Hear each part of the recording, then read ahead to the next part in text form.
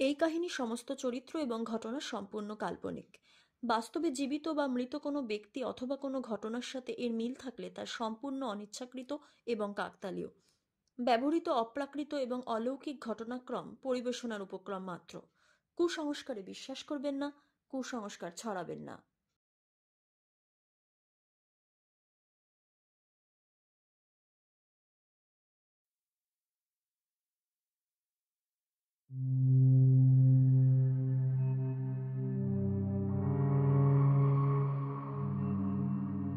শহরের কোলাহল থেকে বহু দূর জনমানবহীন এক প্রান্তরের বুক চিরে চলে গেছে রেল লাইন। এমন জায়গায় একটা ছোট্ট স্টেশন আপনারা হয়তো অনেকেই দেখেছেন দূরপাল্লায় পাড়ি দিতে গিয়ে। চারিদিকে কোথাও কোনো বাড়ি ঘর বাজার হাট মানুষের জনবসতির কোনো চিহ্ন নেই। কেবল একলা দাঁড়িয়ে রয়েছে একটা স্টেশন। কোনোদিনও নেমেছেন এরকম একটা নির্জন জায়গায়? একবেলা কোনোদিনও কাটিয়েছেন সেখানে? ভেবে দেখেছেন এখানে যাদের চাকরি করতে হয় তাদের কেমন করে সারাটা দিন কাটে? কোনো সহকর্মী নেই, নেই কোনো প্রতিবেশী, হয়তো ফোনের টাওয়ারটাও ঠিক করে পাওয়া যায় না। চারপাশের নির্জনতা, গাছপালার গভীর স্তব্ধতা যেন আরও নিঃসঙ্গ করে তোলে মানুষকে।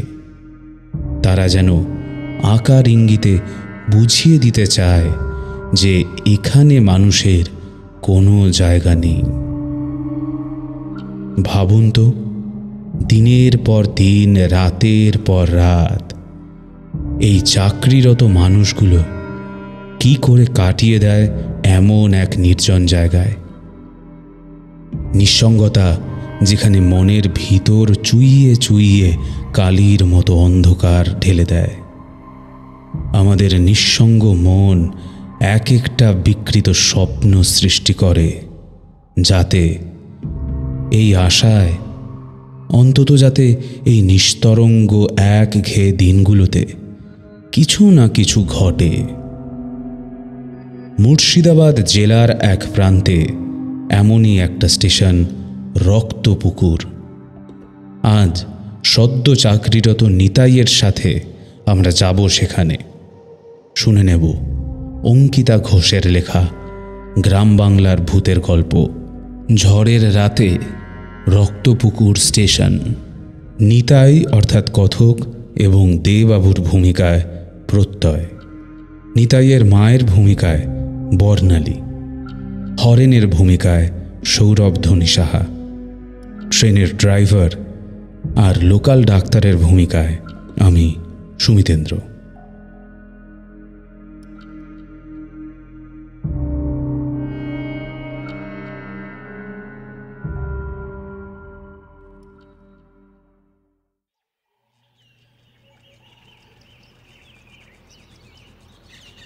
অনিতে, এই চা হয়ে গেছে, বসবার আগে নিয়ে গিয়ে বস বাবা।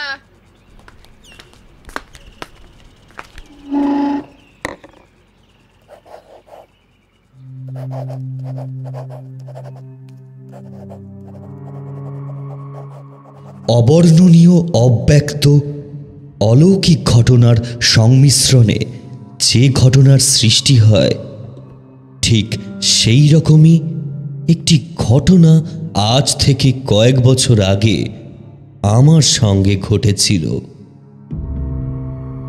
কিছু কিছু ঘটনাকে ব্যাখ্যা করতে কোনো রকম যুক্তি খাটে না। তথাপি সেবার আমার সঙ্গে যে ঘটনাটি ঘটেছিল সেই ঘটনাটি আমি আজ লিপিবদ্ধ করে যাচ্ছি। এই ঘটনা যে আমার উর্বর মস্তিষ্কের স্বপ্ন নয় তার প্রমাণ আমিও পেয়েছিলাম এবং চাইলে আপনারাও পেতে পারেন। সে কথা ক্রমশ প্রকাশ্য।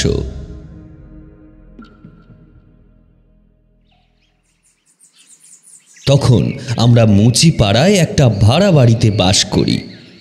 আমার সঙ্গে থাকে আমার বিধবা মা আর দিদি। দিদির তখনও বিয়ে হয়নি। বাবার মৃত্যুর পর তার ধার দেনা শোধ করতে গিয়ে আমাদের বিবেকানন্দ রোডের বিশাল বাড়ি বিক্রি করে এই ভাড়া বাড়িতে উঠে আসতে হয়েছিল। বাড়ি বিক্রি করে যে অর্থ পেয়েছিলাম তার অনেকটাই তখনও হাতে ছিল, তবে বসে খেলে 7 রাজার ধনও ফুরিয়ে যায়। অগত্যা মা একদিন বলল, বাবা নিতাই, কতদিন আর এমন কষ্ট করে থাকবো রে বাবা। তোর বাপটা মরেছে, তাতে আমার কোনো দুঃখ নেই। দূর কি যে বলো না। ও একদিন বেঁচে থাকলে না আরও খানিক ঋণের বোঝা বাড়তো, কিন্তু তুই তো তোর বাপের মতো নোস। দিদির বয়স হচ্ছে, আরে ওর তো একটা বিয়ে টিয়ে দিতে হবে নাকি? আর তোকেও তো বিয়ে করতে হবে। ঘরে তো একটা সোনার কুচিও নেই। তুই চাকরি না জোটালে কি করে হবে বল তো? কিন্তু আমি যে পড়াশোনা করছি। আর পড়াশোনা না করে এবার একটু চাকরি বাকরির চেষ্টা কর। ঘরের চাল ডাল সব একেবারে বাড়ন্ত। এখন তো আমরা তোরই দায়িত্ব।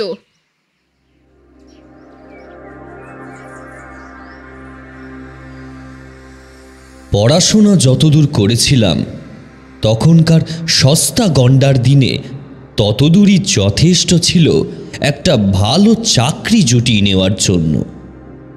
তখন ইচ্ছে থাকলে একটা না একটা চাকরি সবারই জুটে যেত।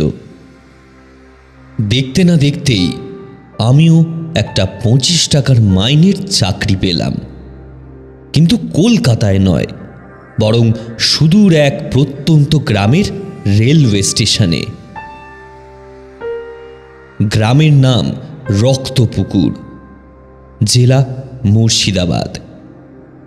সেই গ্রামে কয়েক বছর হলো নতুন স্টেশন হয়েছে, তাই রেল কর্তৃপক্ষ সেখানকার কাজ সামলানোর জন্য বিভিন্ন পদে কর্মচারী নিযুক্ত করেছিল। তখন খবরের কাগজের কর্মখালি পাতায় বিজ্ঞাপন দেখে আমি আমার যোগ্যতার নিদর্শন সমেত একটা আবেদনপত্র পাঠিয়ে দিলাম। মাসখানেকের মধ্যেই কলকাতায় স্ট্র্যান্ড রোডের অফিসে ডাক পড়ল। কাজেই রক্তপুকুর স্টেশন মাস্টারের পদে নিযুক্ত হয়ে আমিও চলে এলাম এই গ্রামে।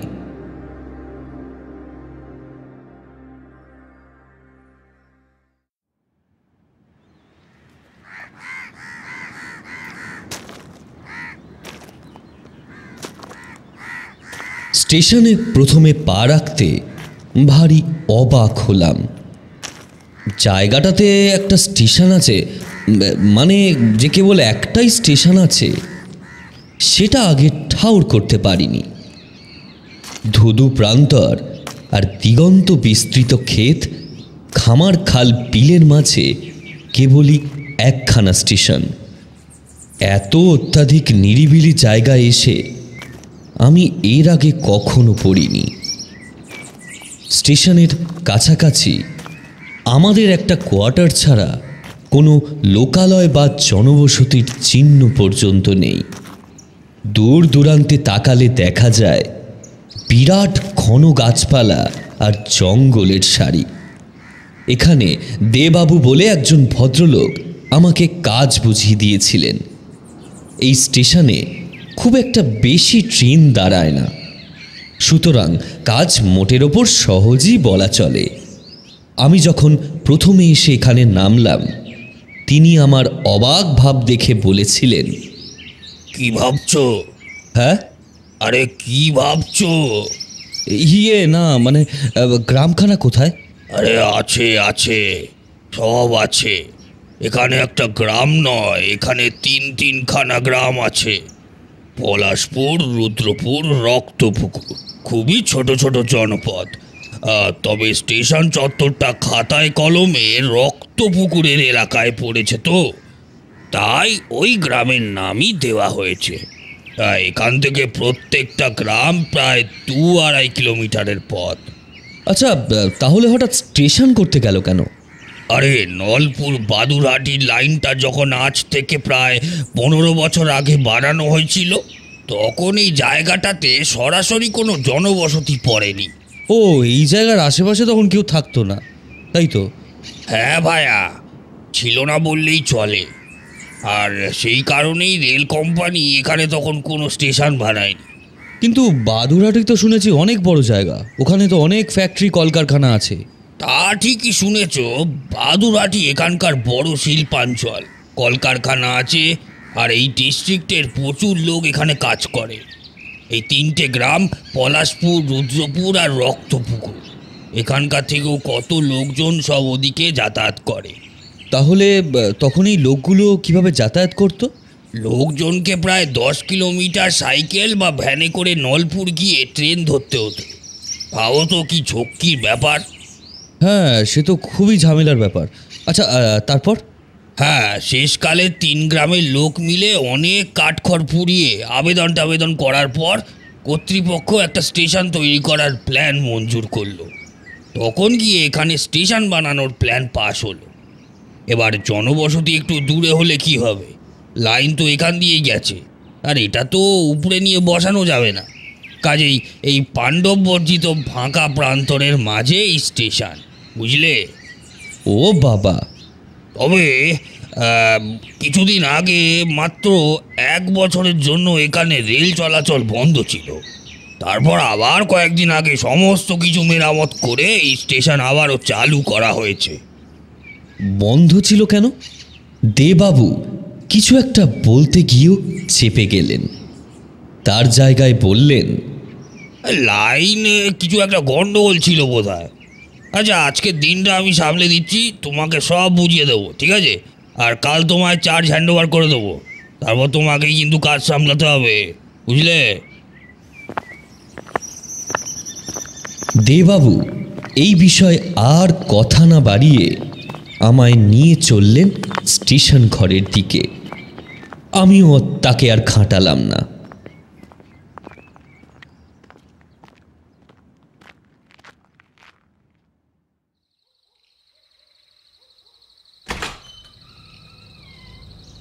এখানে বাস করার জন্য এক ঘর বিশিষ্ট একটা কোয়ার্টার দেওয়া হলো আমায়। আমার রান্নাবান্না ও ঘরদোর পরিষ্কার করার জন্য হরেন নামের এক ছোকরাকে ঠিক করে দিয়েছিলেন দেবাবু। আসলে এতদিন ছেলেটা ওনার কাজ করতেন, এবার আমার করবে। 24 ঘন্টা আমার সঙ্গেই কোয়ার্টারে থাকবে। হরেন রাঁধে ভালোই। সেদিন রাত্রিবেলা আমায় 1 থালা ভাত, 1 বাটি ডাল আর একটু শাক ভাজা, ঢেঁড়স ভাজা আর পোনা মাছের ঝোল খেতে দিয়েছিল। আগে রসুন দেওয়া শাক ভাজাটা করেছি বাবু, একবার খেয়ে দেখেন তো দেখি। রসুন দেওয়া শাক ভাজা খেয়ে আমি সত্যিই বেশ মুগ্ধ হলাম। ওরকম শাক ভাজা আমি এর আগে কোনোদিনও খাইনি। হরেন বলল, এই শাক নাকি এই অঞ্চলে পাওয়া যায়। শাকটির নাম কুচ্চা। ঢেঁড়স ভাজাটাও খানিক পোস্ত দিয়ে খাসা করেছিল। এসব জিনিস আপনারা কলকাতায় পাবেন না বাবু। সেদিন সন্ধ্যায় খাওয়া দাওয়া সেরে একটু তাড়াতাড়ি শুয়ে পড়লাম। কাল সকাল সকাল উঠেই স্টেশনে যেতে হবে। কাল সারাদিনটা ধরে দেবাবু আমায় সব কিছু শিখিয়ে দেবেন। হরেন বলল, এখানে জানালা দরজা খুলে শোয়া যাবে, মশার খুব একটা উৎপাত নেই। আমি শুনে নিশ্চিন্ত হয়ে শুয়ে পড়লাম।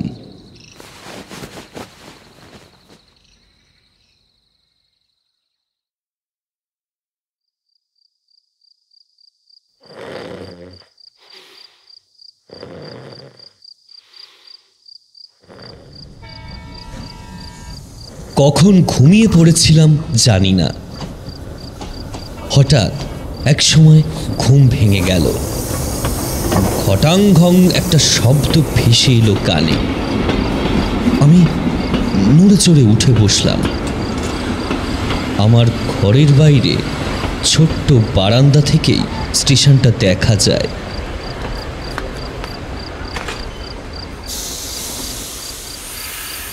আমি দরজা খুলে বাইরে বেরিয়ে এলাম।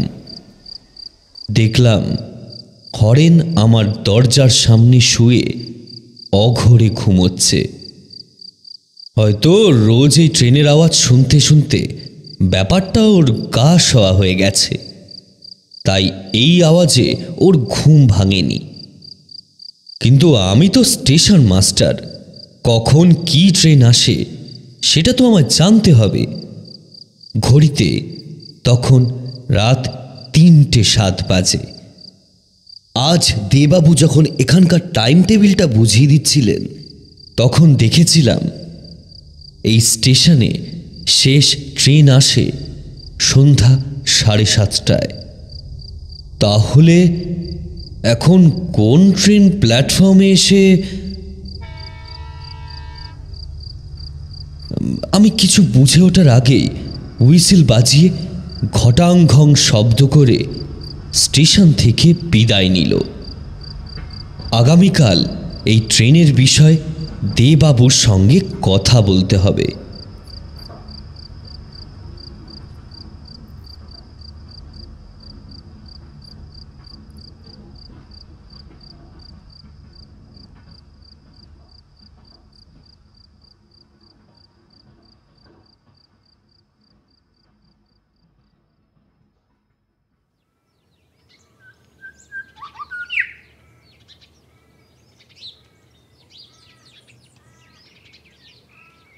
পূবের আকাশে সূর্য দেখা দিতেই জানালা দিয়ে ঘরে প্রবেশ করল গ্রীষ্মের উজ্জ্বল আলো। আমি তাড়াতাড়ি উঠে হরেনকে চা জলখাবার করতে বলে কলতলায় চলে গেলাম। এই নে ও তাড়াতাড়ি খাবারটা করে দে। হ্যাঁ, এই করছি যাচ্ছি যাচ্ছি বাবু।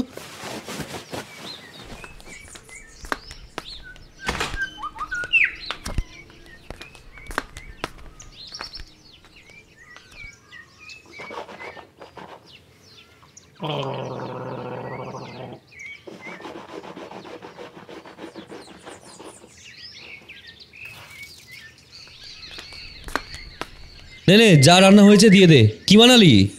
এই নেন বাবু, রাতে রুটি ডাল আর আলু ঢেঁড়স ভাজা করেছি। স্নান আহার আদি সেরে পৌঁছে গেলাম স্টেশনে। দেবাবু আজ দুপুর 12টার মধ্যেই ওই স্টেশন থেকে বিদায় নেবেন। তিনি যাওয়ার আগে আমায় আরেক প্রস্তুত কাজ বুঝিয়ে দিয়ে বললেন, আবার 1 সপ্তাহ পরে আসবো, বুঝলে? তুমি কাজকর্ম কিন্তু ঠিকঠাক করছো কি না দেখে যাবো। আমি জিজ্ঞাসা করলাম, আচ্ছা দেবাবু, বলছি আমাদের এই স্টেশনে শেষ ট্রেন কটায় ঢোকে জানো? সন্ধ্যা 7:30টায়। কিন্তু কাল রাত 3টের পরে একটা ট্রেন ঢুকলো দেখলাম। ওই ট্রেনের খবর তোমাকে রাখতে হবে না। রাখতে হবে না মানে? আমি স্টেশন মাস্টার, কখন কোন ট্রেন আসবে, কখন কোন ট্রেনকে সিগন্যাল দিতে হবে, সেসব তো আমার জেনে রাখা দরকার। দেবাবু বেশ গম্ভীর হয়ে খানিক গলা নামিয়ে বললেন, সবে সবে কাজে ঢুকেছো তো, এখন অনেক কিছুই দেখবে, অনেক কিছুই শুনবে আর অনেক কিছুই জানবে। ধীরে ধীরে সব অভ্যাস হয়ে যাবে।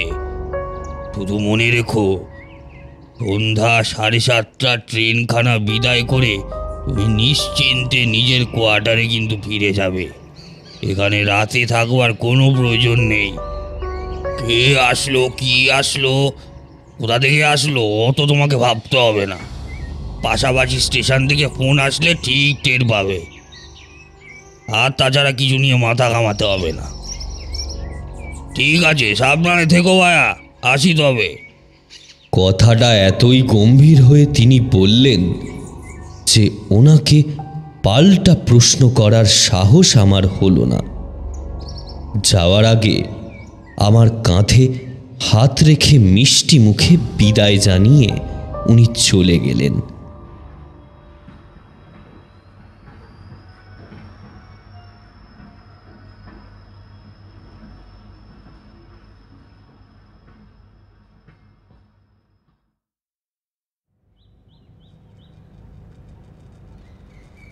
দুপুরবেলার দিকে কোনো ট্রেন এইদিকে আসে না। আবার সেই সন্ধ্যা 7:30টার লোকাল আসবে। হরেন স্টেশন ঘরেই আমার দুপুরের খাবারটা দিয়ে গেল। কাজকর্ম নেই দেখে আমি বেঞ্চির ওপর লম্বা হয়েই একটানা একটা জমিয়ে ঘুম দিলাম। 7:30 ট্রেনটা আসা অবধি এখানেই থাকতে হবে। তার আগে তো কোয়ার্টারে ফেরার কোনো জায়গা নেই, আর কোয়ার্টারে ফিরে যদিও তেমন কোনো কাজ নেই। সঙ্গী বলতে তো সেই একমাত্র হরেন। ওর সঙ্গে কতই বার গল্প করা যাবে, আর কি বা গল্প করব। শুনেছি এখান থেকে পূব দিকে 2 কিলোমিটার মতো পথ পার করে পলাশপুরের কাছে একটা ছোট্ট বাজার আছে। একদিন নয় কাজের পর হরেনের সঙ্গে বাজারে গিয়ে ভালো মন্দ বাজার করে এনে খাওয়া যাবে। রোজ ওই ঢ্যাঁড়স খেতে খেতে আমি ক্লান্ত হয়ে পড়েছি, আর এখন ঢ্যাঁড়সের কথা শুনলেই আতঙ্ক হয়ে যাচ্ছে।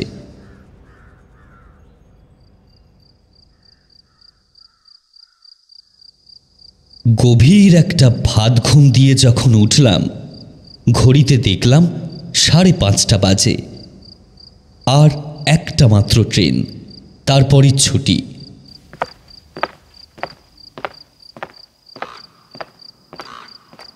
আমি স্টেশন ঘর থেকে বেরিয়ে প্ল্যাটফর্মে এসে দাঁড়ালাম। গ্রীষ্মের আলোর প্রখরতা তখন খানিকটা কমে এসেছে। দূর দূরান্তে কোনো জনপ্রাণী নেই। কেবল কোথাও কোথাও মাঠের আল ধরে কয়েকটা কুকুর খেলা করছে, আর 2-1টা গরু চড়ে বেড়াচ্ছে। ফাঁকা প্রান্তরে কাকের ডাকটাও যে অন্যরকম শোনায়, সেটাও প্রথম টের পেলাম। সাধারণত আমার মনে হয় আমরা অন্ধকারকে ভয় পাই, তাই রাত হলেই আমাদের মনে দেখা দেয় অদম্য আশঙ্কা। কিন্তু এই নির্জন স্টেশনে এই সময় দিন শেষের আলোর মধ্যে দাঁড়িয়ে থেকে আমি বুঝতে পারছি, আলো বা অন্ধকারের সঙ্গে ভয় পাওয়ার প্রত্যক্ষ কোনো সম্পর্ক নেই।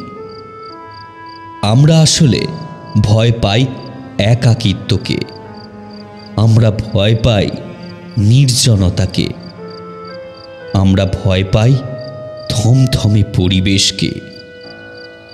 যেমন এখন এই স্টেশনের নিঝুম পরিবেশে আমার বেশ ভয় ভয় করছে।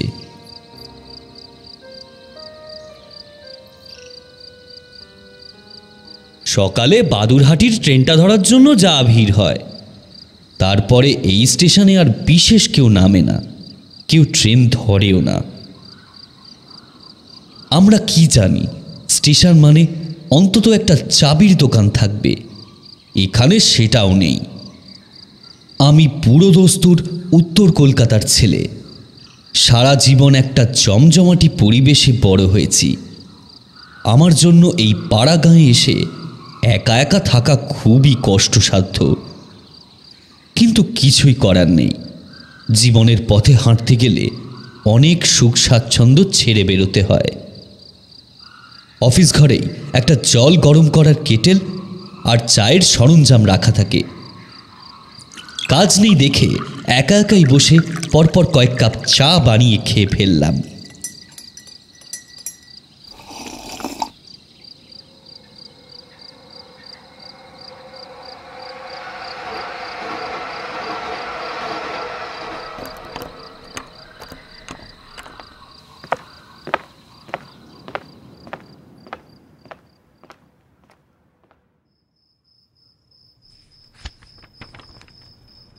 দেখতে দেখতে 7:30 ট্রেনটাও বেরিয়ে গেল। তল্পি তল্পা গুটিয়ে অফিস ঘরে তালা ঝুলিয়ে আমিও চলে এলাম কোয়ার্টারে। আধ ঘন্টা বই পড়ে কাটিয়ে দিলাম। 8টা নাগাদ রাতের খাবার বেড়ে দিল হরেন। এই নেন বাবু, রাতে রুটি ডাল আর আলু ঢ্যাঁড়স ভাজা করেছি। আবার ঢেঁড়স?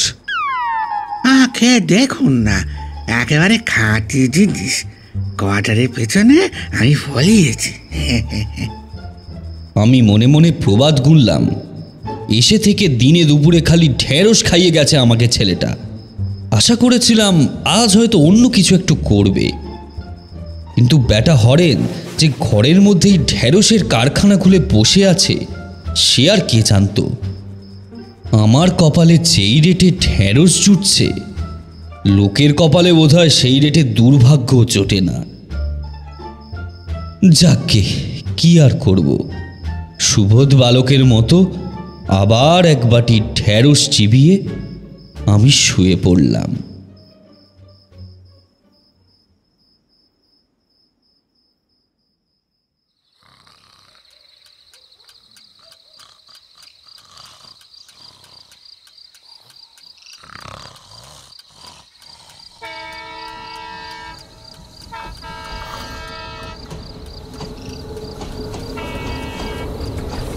ঘুম ভাঙল আবার সেই শব্দে। হুইসেল বাজিয়ে খটাং ঘং শব্দ করে রক্তপুকুর স্টেশনে প্রবেশ করল একটি ট্রেন। আমি উঠে বসলাম। ঘড়িতে দেখলাম 3:07। তাড়াতাড়ি বারান্দায় বেরিয়ে প্ল্যাটফর্মের মৃদু আলোতে দেখলাম একটা ট্রেন এসে থেমেছে। হন্তদন্ত হয়ে প্ল্যাটফর্মে গিয়ে ওঠার আগেই ট্রেন চলতে শুরু করলো। আমি কেবল বোকার মতো ফ্যাল ফ্যাল করে তাকিয়ে দেখলাম আস্তে আস্তে ট্রেনটা রাতের অন্ধকারে মিশে গেল। ব্যাপারটা কি? মনের মধ্যে কৌতূহল দেখা দিচ্ছিল। কোথা থেকে আসে এই ট্রেন, আর কোথায় বা যায়? তেবাবু কেনই বা বললেন এই ট্রেনের খবর রাখার কোনো প্রয়োজন নেই? লগবুক মাফিক এমনটা তো কোনোদিনই হতে পারে না।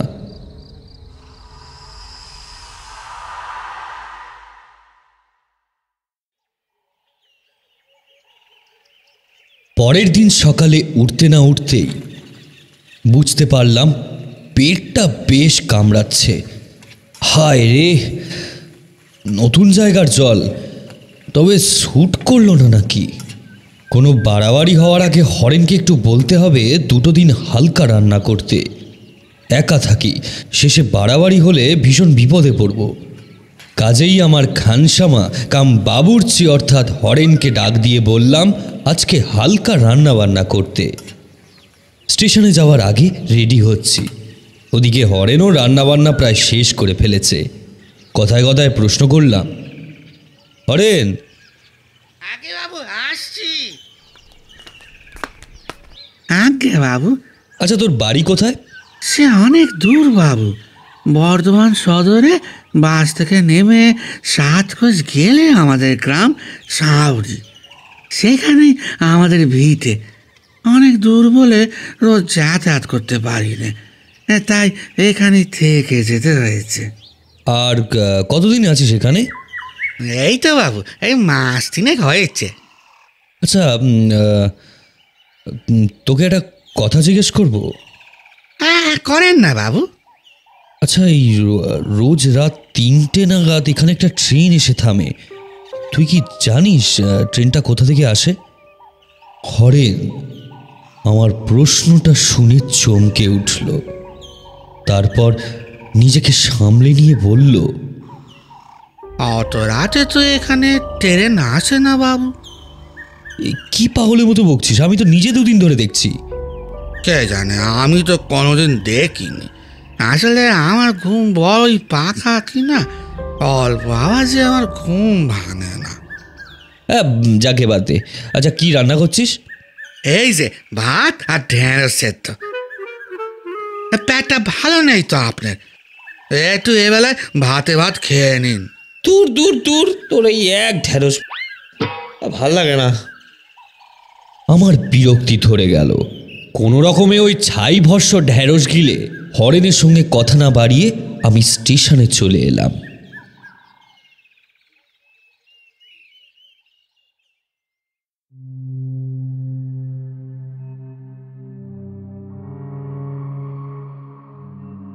এই করে কেটে গেল আরও 2 দিন। রোজ রাতে ঠিক 3:07 আমার ঘুম ভাঙে সেই বেনামি ট্রেনের আওয়াজে। রোজই আমি বারান্দায় বেরিয়ে ট্রেনটাকে দেখি। ট্রেনটা দাঁড়াতে না দাঁড়াতেই আবার ঝিকঝিক করতে করতে চলে যায়। 4 দিন ধরে এই এক জিনিস দেখতে দেখতে বিষয়টা আমার গা সওয়া হয়ে গেছিল। একদিন লাস্ট ট্রেনটাকে বিদায় করে কোয়ার্টারে ঢুকতেই হরেন কাঁচুমাচু মুখ করে আমার সামনে দাঁড়ালো। ওর গ্রাম থেকে ওর জ্যাঠতুতো ভাই এসেছে। বাড়ি থেকে খবর পাঠিয়েছে মায়ের নাকি খুব শরীর খারাপ। ও অনেকদিন মাকেও দেখেনি, তাই একবার কি দেখে আসতে চাইছে। নিজের পরিবারের থেকে দূরে থাকা যে কত কষ্টের, সেটা আজ হাড়ে হাড়ে বুঝতে পারছি। হরেনের মুখটা দেখে মায়া হলো। আমি বললাম, হ্যাঁ হ্যাঁ, তুই যা যা যা, চিন্তা নেই, আমি এদিকটা সামলে নেব। মালপত্র গুছিয়ে হরেন বোধহয় অপেক্ষা করছিল আমার ফিরে আসার জন্য। অনুমতি পেতেই সে তার ভাইয়ের সাইকেল করেই রওনা দিল। এর মধ্যেও দেখলাম হরেন রাতের খাবার বানিয়ে রেখে গেছে। দেখে একদিকে ভালোই লাগলো, আবার রাগও ধরল।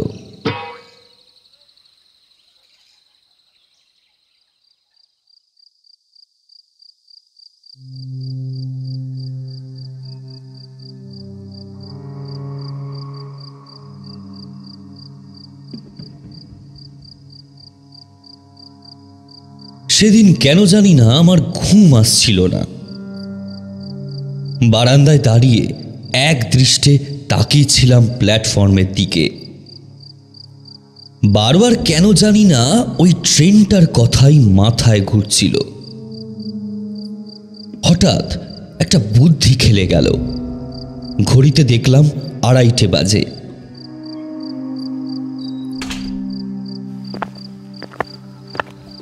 কোয়ার্টারের দরজায় হুড়কো টেনে আমি স্টেশনের এক মাথায় গিয়ে দাঁড়ালাম।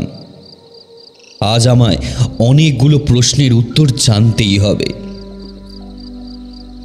ঘড়ির কাঁটা আজ যেন চলছেই না। চারিদিকে ঘুটঘুটে অন্ধকার।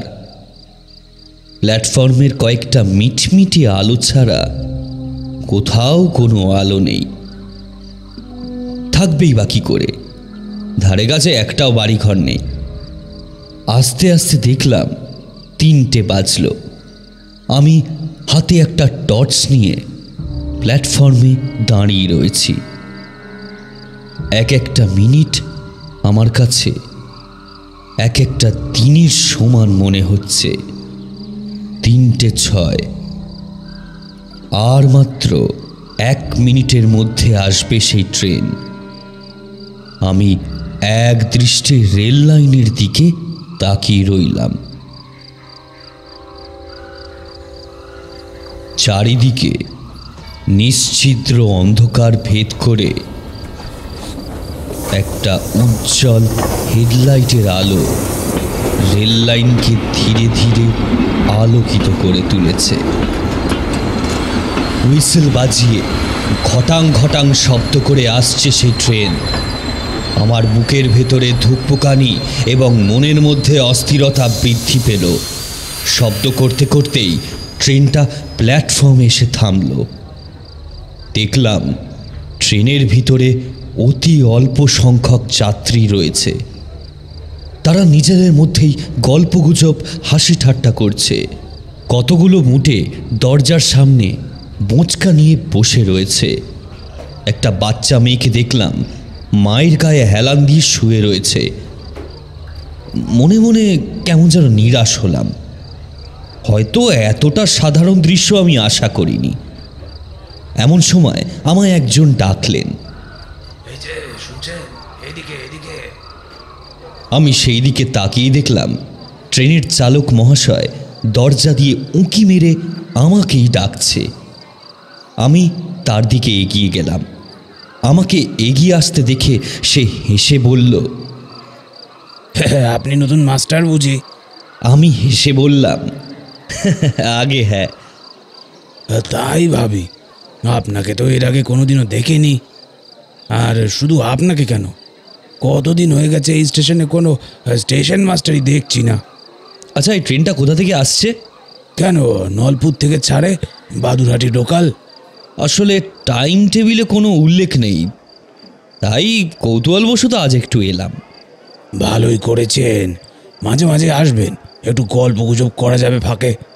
লোকটার কথাবার্তা আমার ভালো লাগলো। ট্রেন ছাড়ার আগে লোকটা বলল, চলি মাস্টারবাবু, কাল যদি আসেন আবার দেখা হবে। ট্রেন আবার চলতে শুরু করলো।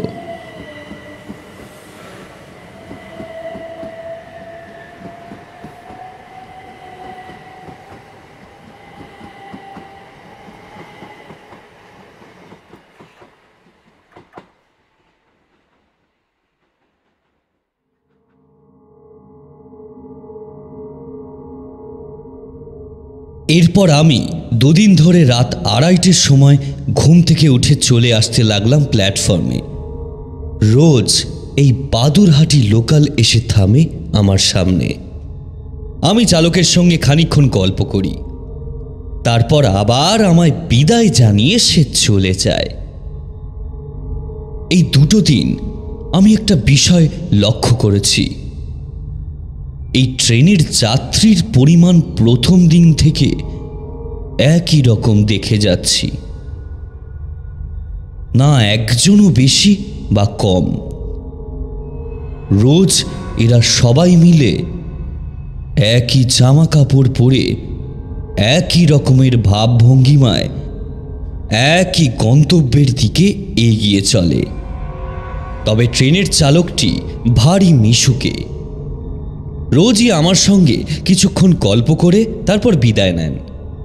এই নির্বান্ধব পুরীতে আমায় তেমনভাবে কথার খরচ করতে হয় না, শুধুমাত্র এই লোকটার সঙ্গেই যা গল্প করি। এভাবেই কেটে গেল দুটো দিন।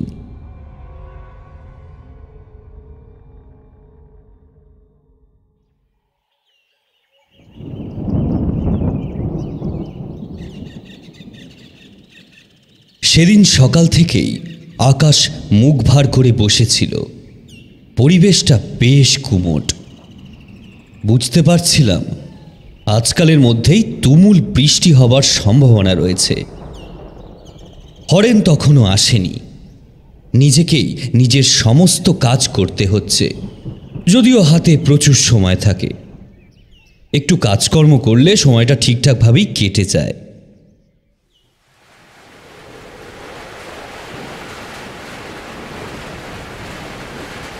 সেদিন বিকেলের পর থেকেই শুরু হলো অবিরাম বৃষ্টি। শোঁ শোঁ করে হাওয়া বইছে।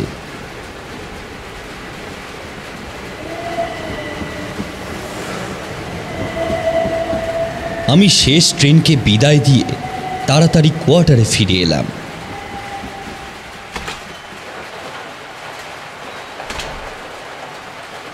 রাতে এক বাটি পান্তা পেঁয়াজি লঙ্কা দিয়ে খেয়ে হাতে একটা বই নিয়ে শুয়ে পড়লাম।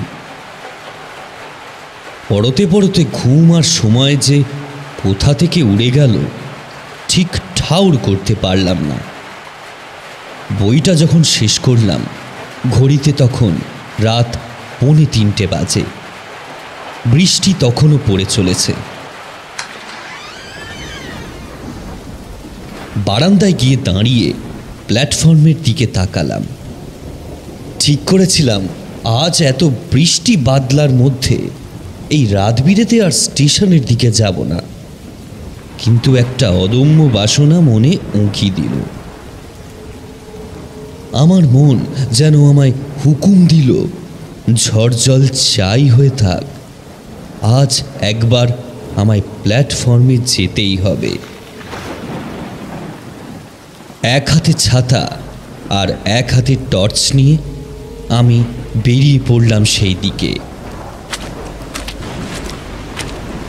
এলোপাথারি হাওয়ায় ছাতা সামলানো দায়। প্রায় সম্পূর্ণ ভিজে আমি যখন প্ল্যাটফর্মে পৌঁছালাম, তখন হাতঘড়ি আমায় জানান দিল সময় 3:05। আমি অপেক্ষা করছিলাম সেই ট্রেনের। ঠিক 1 মিনিট পরে সেই ট্রেনের হেডলাইটে কাঁপতে থাকা আলো এসে পড়ল রেল লাইনে।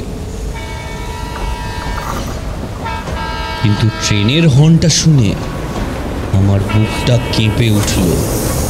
এরকম পাগলের মতো হর্ন বাজাচ্ছে কেন ড্রাইভার? এ কি, ট্রেনে যে আগুন লেগেছে! একটার পর একটা কামরা দাউ দাউ করে জ্বলছে। বিশাল লেলিহান শিখায় চারপাশটা রক্তিম হয়ে উঠছে ক্রমশ। জানালা দরজা দিয়ে গল গল করে বেরিয়ে আসছে কালো বিষাক্ত ধোঁয়া। একটা অতিকায় বিশালাকার প্রাণীর মতো তীব্র যন্ত্রণায় ছটপট করতে করতে ট্রেনটা যেন ধেয়ে আসছে স্টেশনের দিকে। ট্রেনটা আরও কাছে এগিয়ে আসতে লোকজনের মরণাপন্ন আর্তনাদ আর চিৎকার ভেসে এলো আমার কানে। বাতাসে তাদের পোড়া মাংসের গন্ধে আমার নাকে এসে লাগলো। বিস্ফারিত চোখে দেখলাম আপাদমস্তক জ্বলন্ত মানুষ প্রাণ বাঁচানোর তাগিদে দরজা দিয়ে লাফিয়ে পড়ছে। আতঙ্কে আমার গলা শুকিয়ে এলো, হাত পা যেন জমে গেল। মনে হলো আমি দাঁড়িয়ে আছি একটা মৃত্যু মিছিলের মাঝে। আর তারপর আগুনের গোলার মতো ট্রেনটা প্ল্যাটফর্মে ঢুকতেই এক ভয়ঙ্কর বিস্ফোরণ।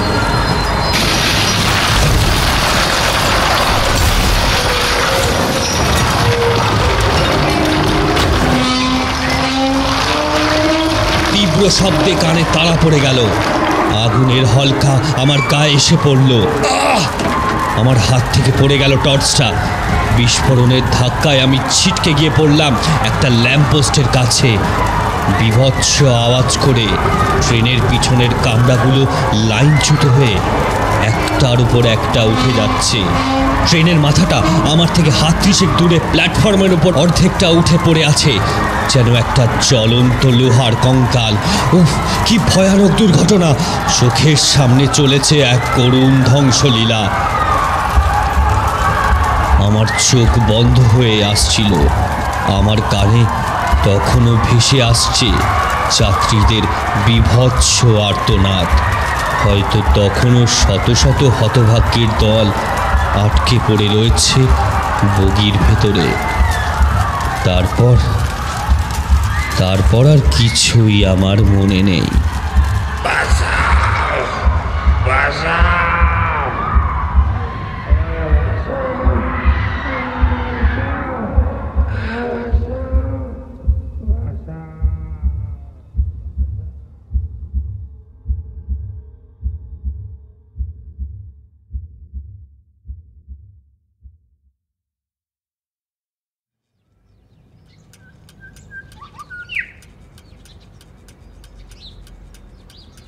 জ্ঞান ফিরতে নিজেকে আবিষ্কার করলাম কোয়ার্টারের বিছানায়। ঘড়ির কাঁটা প্রায় বিকেল 4টে ছুঁই ছুঁই। বুঝতে পারলাম আমি প্রায় গোটা দিনটাই ঘুমিয়েছি, মানে অজ্ঞান হয়ে পড়েছিলাম আর কি। হরেন আমার মাথায় জলপট্টি দিচ্ছে এবং আমার সামনে একজন ডাক্তার আমার হাত ধরে নাড়ি পরীক্ষা করছেন। পায়ের কাছে দাঁড়িয়ে আছেন দেবাবু। ডাক্তার আমায় পরীক্ষা করে কিছু ওষুধ দিল। দেবাবু আমার কাছে বসার জায়গা করে দিলেন। তিনি বললেন, সকাল সকাল স্টেশনে তোমাকে একটা ল্যাম্প পোস্টের সামনে থেকে অজ্ঞান অবস্থায় উদ্ধার করেছি।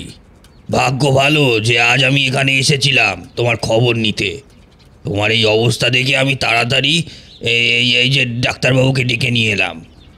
ওদিকে হরেনও আজ বেলা 12টার দিকে ফিরে এসেছে। ঝড় বৃষ্টিতে নাকি রাস্তা বন্ধ, তাই আর যেতে পারিনি। আচ্ছা, তোমার কি হয়েছিল বলো তো? ওই ট্রেনটার অ্যাক্সিডেন্ট। ওরা সবাই মরে গেছে। ওরা সবাই মরে গেছে। আস্তে আস্তে বলুন মশাই, আস্তে। এক্ষুনি ওষুধ দিয়েছি, একটু মাথা ঠান্ডা করুন, নইলে কিন্তু প্রেশারটা আবার বেড়ে যাবে। আরে তুমি উত্তেজিত হয়েও না, আস্তে আস্তে বলো। কোন ট্রেনটার কথা বলছিলে? বাদুরহাটি লোকাল। দেবাবু ভয়ার্ত কণ্ঠে জিজ্ঞাসা করলেন, তুমি কি করে জানলে? আমি গতকাল রাত্রির সম্পূর্ণ ব্যাপারটা খুলে বললাম। দেখলাম আমার বর্ণনা শুনতে শুনতে হরেন, দেবাবু আর ডাক্তারবাবুর মুখগুলো কেমন থমথমে হয়ে গেল। সব শুনে দেবাবু শান্ত স্বরে বললেন, কাল কোনো অ্যাক্সিডেন্ট হয়নি। তাহলে কাল যে? আজ থেকে 1 বছর আগে ওই দিনে রাত 3:07 এই বাদুরহাটি লোকালের অ্যাক্সিডেন্ট হয়। কোনো একটা ইলেকট্রিক্যাল ফল্ট হয়ে চলন্ত ট্রেনে আগুন লেগে যায়, যার জন্য সেই বিস্ফোরণটা ঘটে এই রক্তপুকুর স্টেশনে। গতকাল রাতের মতো সেই রাতেও প্রচণ্ড বৃষ্টি হচ্ছিল। ওই অ্যাক্সিডেন্টের পর এই রক্তপুকুর স্টেশনের একেবারে যা তা অবস্থা হয়েছিল, অনেক ক্ষতি হয়ে গেছিল। পাশের লুক লাইনটা দিয়ে সব ট্রেন ঘুরিয়ে দেওয়া হয়েছিল। প্রায় বিগত 1 বছর ধরে তাই এই স্টেশন বন্ধ করে রেখে মেরামতির কাজ চলছিল। তারপর বছর ঘুরতেই স্টেশনে আবার রেল পরিষেবা চালু করা হয়, আর তখন থেকেই রোজ রাত 3:07 এই বাদুরহাটি লোকালকে এই লাইনে দেখতে পাওয়া যায়। রেল কর্তৃপক্ষ এই ব্যাপারে তদন্ত করেও কিচ্ছু বুঝতে পারেনি। তোমার মতোই আশেপাশের স্টেশনের অনেকেই এই ট্রেনটাকে ঠিক ওই সময় লাইনে দেখতে পায়। আসলে ওই ট্রেন এবং ওই ট্রেনের সমস্ত যাত্রী সহ চালক কারোরই ইহজগতে আর কোনো অস্তিত্ব নেই। আমিও টেম্পোরারিলি যে কদিন ছিলাম এই একই জিনিস দেখেছিলাম। আমারই ভুল, তোমাকে প্রথম দিনই সব বলে দেওয়া উচিত ছিল। কিন্তু কি বলো তো, এই প্রথমে কাজে এসে এই সব কথা জানতে পারলে তুমি ভয় পেতে পারো, এই ভেবে আমি তখন ব্যাপারটা মানে আর কি একটু চেপে গেছিলাম। যাক অনেক দেরি হয়ে গেল আমার, আমি এখন উঠলুম, বুঝলেন? হরেনকে সব ওষুধগুলো বুঝিয়ে দিয়েছি, ও সময় মতো দেবে, আপনি কিন্তু খেয়ে নেবেন। এই অ্যাক্সিডেন্টের পরেই কিন্তু স্টেশনটা আসলে বন্ধ হয়ে গেছিলো 1 বছর। আচ্ছা, আমি চললুম।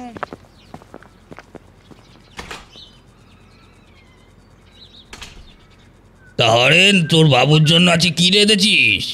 এই তো আগে 1 গ্লাস গরম গরম দুধ দিয়ে রাতের জন্য রুটি আর পেঁয়াজ দিয়ে ঢেঁড়স ভাজা করেছি।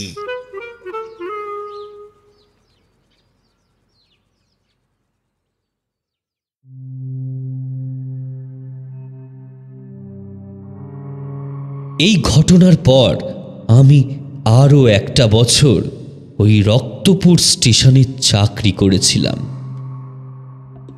কিন্তু তারপর থেকে আমি ওই সন্ধ্যা 7:30টার শেষ ট্রেন চলে যাওয়ার পরই কোয়ার্টারে ফিরে আসতাম। রাত 3টের সময় নিজে থেকেই আমার ঘুম ভেঙে যেত। কান খাড়া করে শুনতাম হুইসেল বাজিয়ে ঘটাং ঘটাং শব্দ করে বাদুরহাটি লোকাল আসছে। কিন্তু বারান্দায় বেরিয়ে আর প্ল্যাটফর্মের দিকে তাকানোর সাহস আমার হতো না। আজ এত বছর পরও খবর নিলে শোনা যায় রাত 3:07 বাদুরহাটি লোকাল সেই লাইনের উপর দিয়ে আসা যাওয়া করে। রেল কর্তৃপক্ষ এই বিষয়টাকে গুজব বলে ঠিকই, কিন্তু আজ অবধি তারা ওই সময় ওই লাইনে কোনো ট্রেন চলাচলের অনুমতি দেয়নি। আজ ওই লাইনে রাত 3:07 বাদুরহাটি লোকালের জন্যই বরাদ্দ করা আছে।